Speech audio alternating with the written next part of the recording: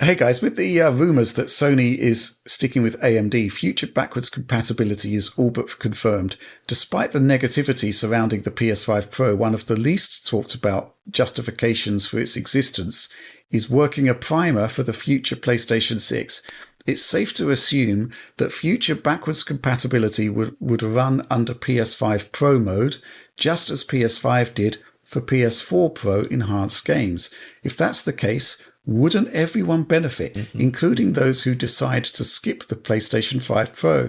I certainly appreciated the PS4 Pro updates when I got my PS5.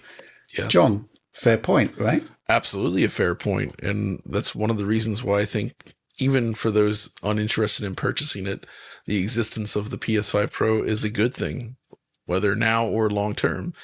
And yeah, it will very likely carry directly over to whatever comes next. They clearly place a premium on backwards compatibility now. So, conceivably, this will solve similar problems as we saw with the PS4 Pro versions, where games that have unstable performance should be fixed. Games with dynamic resolution scaling, that should just push it to the upper bounds and just sort of stick there. All those typical things, which means, even if you don't dive in now, this will eventually lead to better looking games, PlayStation 5 generation games running on that new system, which, like he says, it's good for everyone. Yeah, absolutely. Alex? Yeah, I mean, same thing. That's a great benefit. I also am very curious about future scalability of PSSR. One thing that we don't know about yet is whether or not PSSR's model updates like DLSS does on PC, where on PC, due to Windows DLLs, you can, or even just the driver can actually do this now. With using NV Profile Inspector, where you can just upgrade the version of DLSS you have. Right. And you get the benefits of that. I'm very curious if that is something that also PS5 Pro and subsequently PS6 will have. I want to hope they do, actually.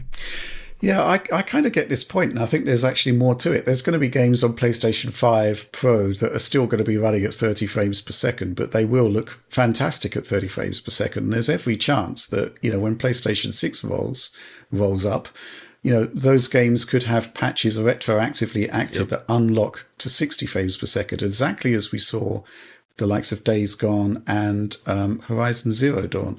So I think that's actually kind of like, a really good point and a future benefit as such. You're getting all of these potentially better games via back compat from PlayStation 6 to the PlayStation 5 era. So that's a really, really interesting point.